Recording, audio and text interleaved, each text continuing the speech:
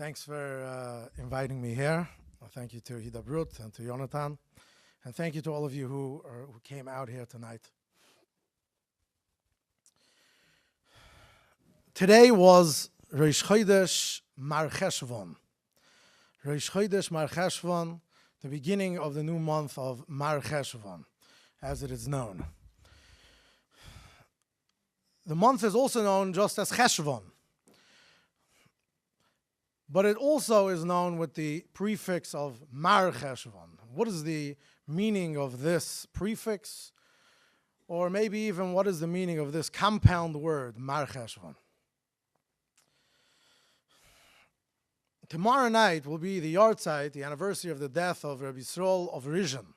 Rabbi Yisrael of Rizhin was a grandson of the Maggid of Mezrich, who was, of course, the successor of the Baal Shem Tov. And he explained this with a novel approach. He actually reads the word Mar Cheshvan as a compound word. In Aramaic, the word Merachshevon means moving lips. Merachshevon sfosayu, their lips are moving. So when you see somebody's lips murmuring or mumbling, that's referred to in Aramaic as Merachshevon. And Rabbi Yisrael of Rizhin suggested that the lips that are murmuring at this time of the year are the lips that are continuing to murmur after the prayers of the previous month of Tishrei with its various holidays. In other words, if you attended shul during the past weeks, you may be humming to yourself, La Shiririn V'la Kayomin. Maybe not as loudly as I'm doing it now, but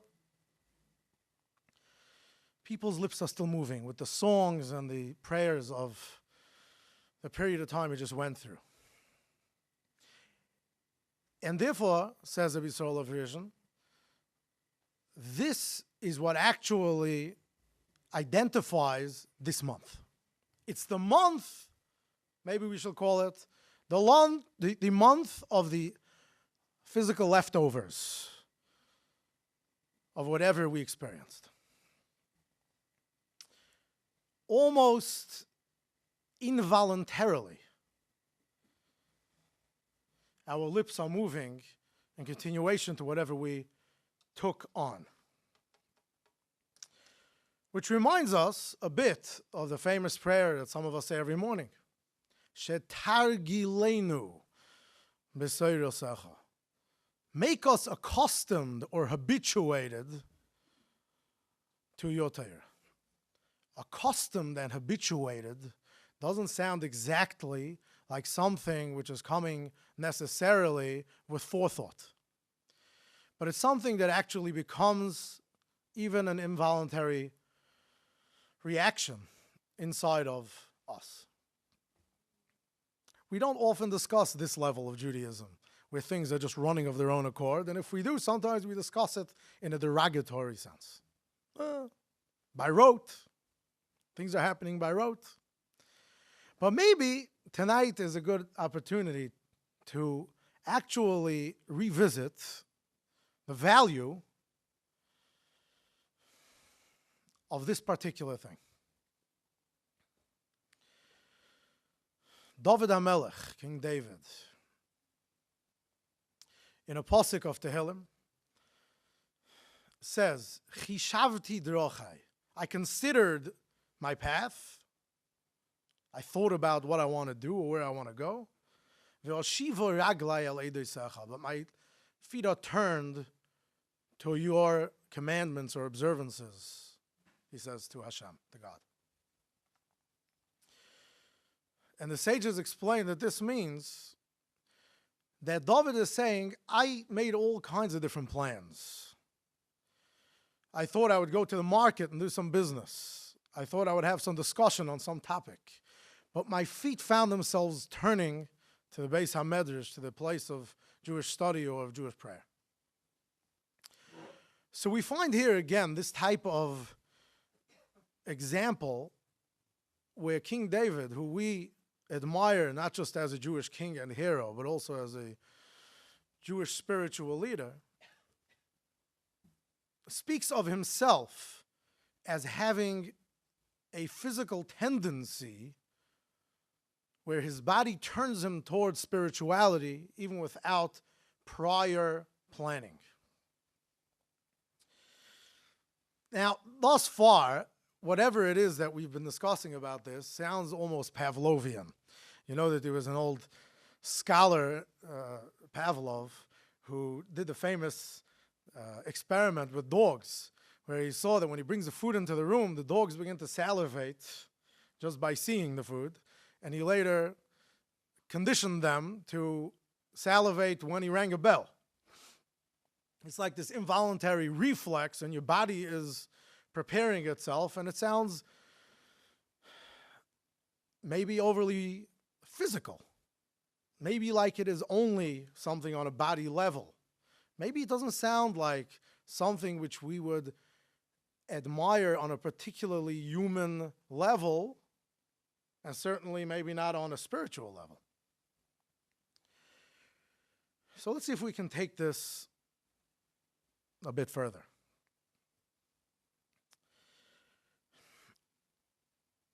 On a psychological level, on the level of the human psyche, we have become, in the recent decades, more familiar with what's called somatic psychology.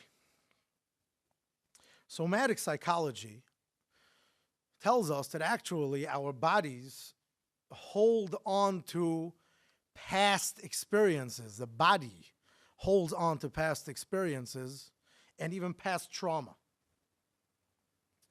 And it's reflected later in our body language.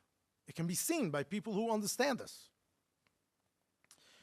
In other words, past traumas can sometimes manifest physical symptoms. And therefore there is body psychotherapy, which actually treats physical symptoms that come from past traumas. Somatic psychology tells us that the mind influences the body, the emotions influence the body, and the body is actually reflecting something that's happening and has happened on a deeper level inside. These days, this has become actually better known through people like Dr. John Sarno, who has famous books which discuss physical symptoms that are coming from the inner psyche, the feelings and experiences that a human being has gone through. Also, treatments like EFT, emotional freedom technique, EMDR, which is eye movements. These are physical, completely physical. EFT is tapping. EMDR is eye movement. And these things teach us that these physical manifestations are not only physical, but they're actually connected very much to our inner being, which leaves remnants in the body, even when it has nothing to do with Judaism in particular or spirituality in general. In fact, I mentioned body language. Body language has long been recognized to be something that can be used to study what is happening inside of a human being. More recently, it's been found that body language works the other way also, which means that the same way that your psyche will affect your body language can actually affect the way you feel inside. And therefore, the suggestion is made that before you go to a job interview, spread out. Even if you feel like this, stand like this for a few minutes before you walk in. Instead of being hunched over while sitting or standing, spread out. This kind of look usually reflects expansiveness. And the suggestion is made to use that to actually go inward into the way you feel by changing the way you move. So this is turning out to be actually quite fascinating, because the physical is not only the physical. The physical is intimately bound up and connected with the psychological and the emotional. So up until this point, we've discussed how even involuntary or seemingly meaningless actions have meaning on the body level, have meaning on the emotional and experiential level. Now let's see if we can take this a step further. That it's not only on the body level or even on the experiential level, but it actually also is connected to spirituality, and it also is connected to the relationship between body and soul, the spirit. So let's take this now to a Jewish level. There's a famous Talmudic statement, mitzvah bo yosem bishluchai. According to the Torah, we can actually vicariously, through a shliach, through an emissary, we can perform mitzvahs which will then accrue to our benefit eternally. And yet, the Gemara, the Talmud says, mitzvah bo yosem b'shluchai. Although you will get the same credit by asking someone else to do it on your behalf, you're better off doing it yourself. Do it yourself. Rashi, the great commentator, explains, when your body, that's Rashi's exact terminology, the chiosik gufoy b'mitzvahs, when your body is busy doing mitzvahs, you're better off, Rashi says. Another one of the Rishonim writes there, Kol mitzvah shemuteles olov yase begufoy. If you can do a mitzvah, do it with your body. The stress again and again is not only on your personal devotion, but actually on your physical involvement, the involvement of your body. In other words, there's a benefit to be had by using our actual physical body to perform a mitzvah, which means even if we can get the same credit by having it done, and we can connect with another Jew on the soul level, to the extent that when the everlasting reward is given, when we will come to our eternal reward, may it not be too soon, we will have the same reward if it had been done through a shliach or done ourselves. However, we can make our bodies holy. That's the message. When your body is physically involved in doing mitzvahs, your body turns holy. Now that is a novel idea. The physical body of a Jew has the capacity to become holy. And this is actually something that is said in another pasuk that we say every single day. Va'asisem es kol mitzvosai. You shall do all of my commandments, God says. Ve'yisem kedoshim, and you will become holy. In other words, you become holy by means of mitzvahs. And what we're now understanding is that you not only become holy in your soul, your actual body, which was involved in observing the commandments of God, becomes holy.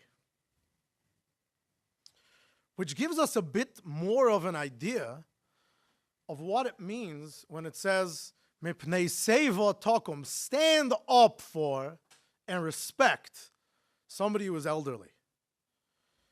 Now, there are no conditions to this. This person who you're standing up for doesn't have to necessarily be a tremendous scholar, be tremendously brilliant, or be tremendously special in any apparent way. Age on its own is enough to be respected. Now, age on its own can be respected, as the Gemara tells us, in non-Jews as well, because Kama harpatke odu alei. How many adventures did this human being go through in their relatively longer life? Which means this human being had more opportunities to meet up with Hashem, Jew or Gentile. In your life, you meet up with God. And when you have more such opportunities, that's something to be respected. And as one old man once said, he said, I learned a long time ago that God knows his business better than I do. But it took me many more years to learn that God knows my business better than I do. Now, that's easy to say, but it's something you learn and internalize from actual experience. But when it comes to an old Jew or Jewess, there's an additional cause for respect, because this person has actually taken in more mitzvahs as time has gone by. And so maybe he or she has eaten more kosher. Maybe he or she has kept Shabbos more times. And therefore, there's a holiness which inherently then becomes absorbed in the body as well.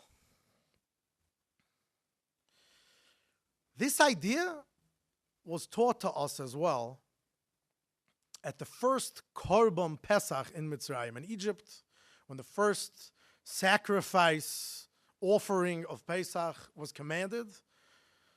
A tremendously novel idea was then transmitted. Because God said, take my korban, my offering, my sacrifice, and for the first time in history, he commanded the Jews in Egypt to take that and eat it. And this was considered a sacrilege up until that moment. Until that moment, sacrifices had been brought from the first man and woman and all the way through the generations. But all of those were karbonos oila, burnt offerings, which were completely burnt, as they should be.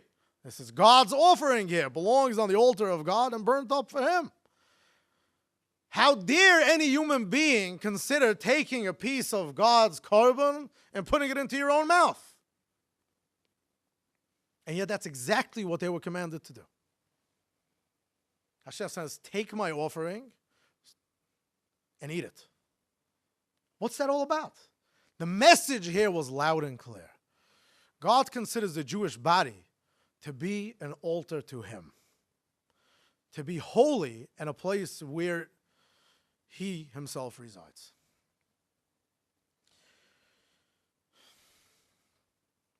And therefore, the more holiness we bring into our physical body in this world, it makes it easier to understand and actually makes it easier to occur. As Maimonides, the Rambam, brings in his Yud Gimel Ikrim and his 13 principles of faith, the last of them all is Tchias HaMeisim, the revival of the dead. All Jews are children of God and will be resurrected at the end of days. What does resurrected mean? It means our physical bodies will be put back together by God and brought back to this world. How does the body get that quality of eternity? It gets it by being actually involved physically in mitzvahs and absorbing those remnants as we discussed since the beginning tonight.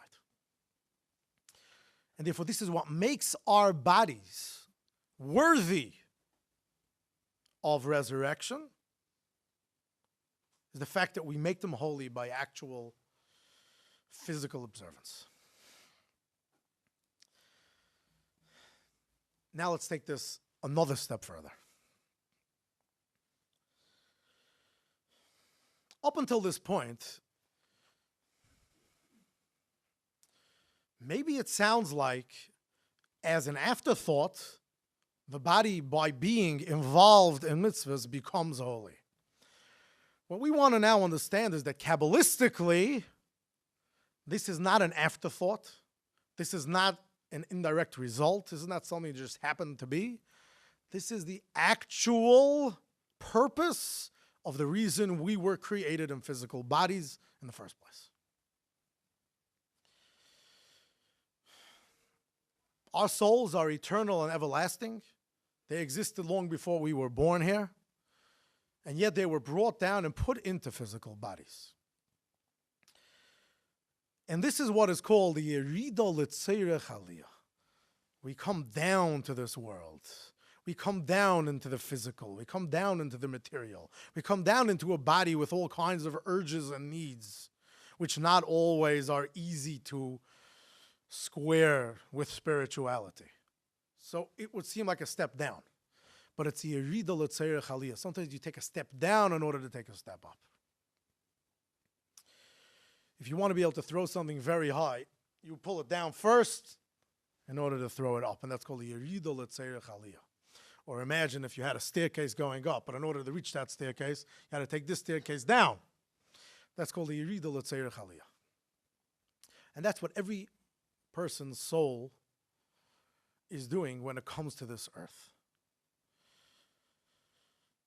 We are coming down in order to go up further, not to stay the same, but to actually create something that could not have been had we not arrived here. Staying with God forever and never entering a human body would never give us the opportunities that we have now. Listen how Moshe Rabbeinu, Moses in the recent parashas that we recently read in the Torah, begs God just before he's about to pass away.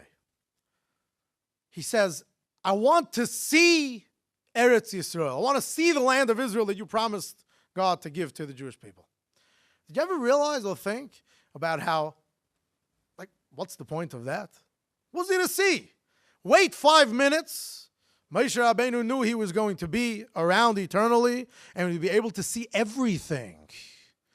What's the emergency that he begs God, please show me the land of Israel before I die? Moses lived eternity more than he lived this world. He had no doubts about the eternal quality of his own essence and his own soul. And he had no doubts. He lived that maybe more tangibly than we live our own physical existence. So what was it that he was so concerned about?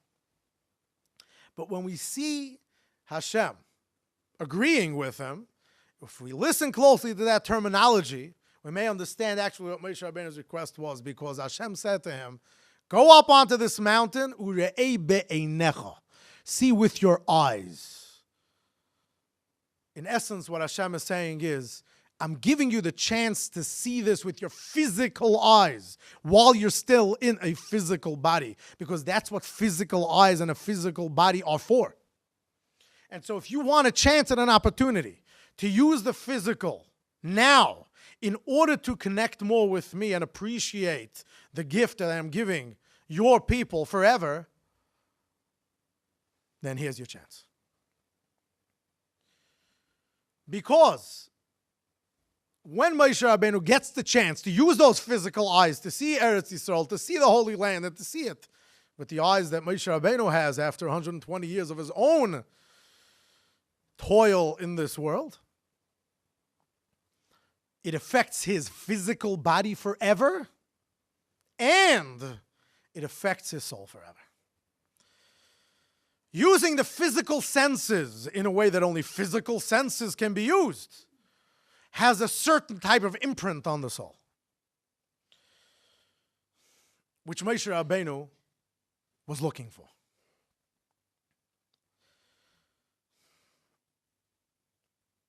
There's something to the combination, the joining up of the physical with the spiritual. In fact, most of our Rishonim are of the opinion that the end of everything, the pinnacle,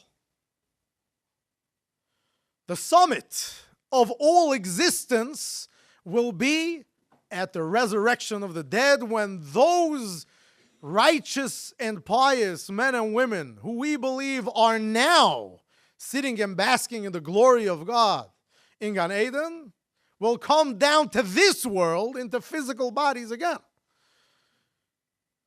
And so our great Avos and Imois, patriarchs and matriarchs, who now are sitting and basking in the glory of God, are not finished yet. They're waiting to come to this physical world and re-enter physical bodies. And that's what's going to last for all eternity. Can you imagine that?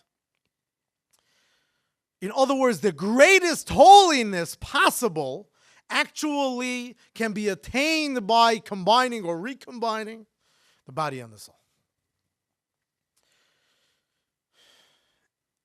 And those will rejoin based on the physical holiness we now put into our own bodies at this period of time in history.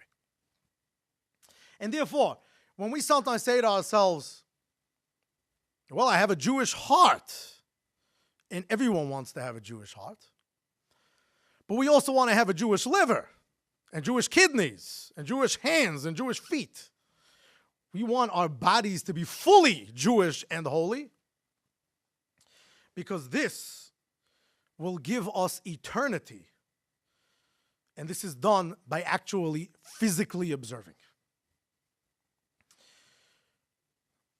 Now, to take this one step further, let's go back to the month of Cheshvan. The month of Cheshvan is actually the only month on the Jewish calendar that has zero extra unique Jewish observance of any kind. Neither positive one, nor negative, neither happy nor sad. It's an empty month. Which I think, if any month represents the lack of light, this is that month. None of its own. There's nothing in it of its own. And it's hopefully the beginning of the winter. Hopefully. Less sunshine, which to some people feels darker also. It also looks darker. And so Tishrei, by its observances and its ability to leave those remnants in the body through this month, is actually shining the light of spiritual observance into the darkness. It's taking spirituality into the darkness and into physicality.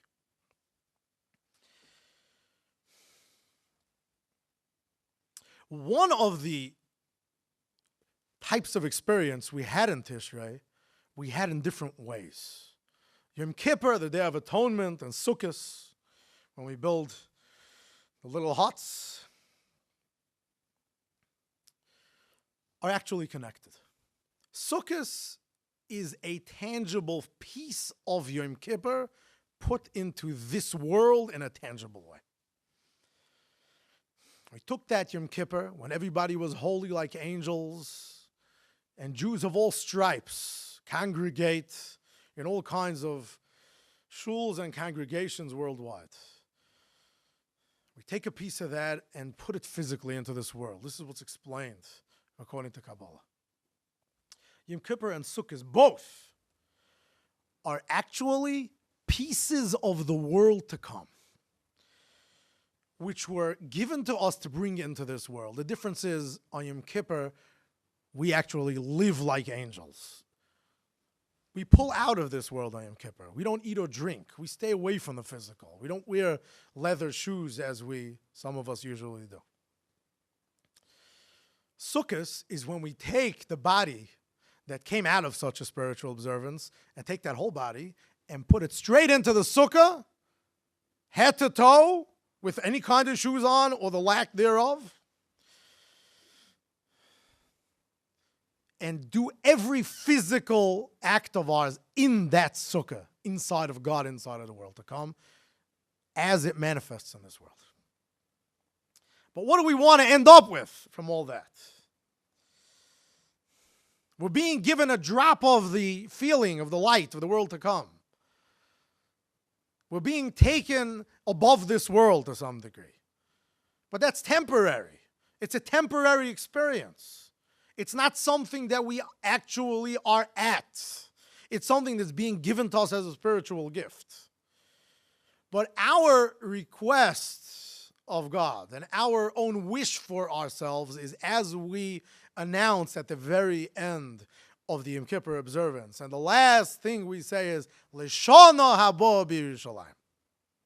Yerushalayim is the representation of the physical vessel for spirituality down here in this world. Yerushalayim is the place where heaven kisses earth. It's the place where spirituality turns physical and becomes real. And therefore, our major request at the end of Yom Kippur is our wish for ourselves. We did all of this so far above ourselves through this 24, 25, 26 hours. But in this coming year, we want to bring it down to Yerushalayim, down to Jerusalem, which means down to the place in this world where we can actually absorb this. And part of the way we do that is the way we discussed tonight. When months like Cheshvan come around, the drier, darker, more deprived months, and we're able to have experiences where our lips keep moving of their own accord because of the investment we put into them before, then we're on our way starting in that direction. And hopefully that brings us to a situation where L'shana haba b'Yerushalayim actually means it in the most literal sense, where all of the Jewish people from all corners of the earth will gather together in Jerusalem right here in Israel. May it be soon.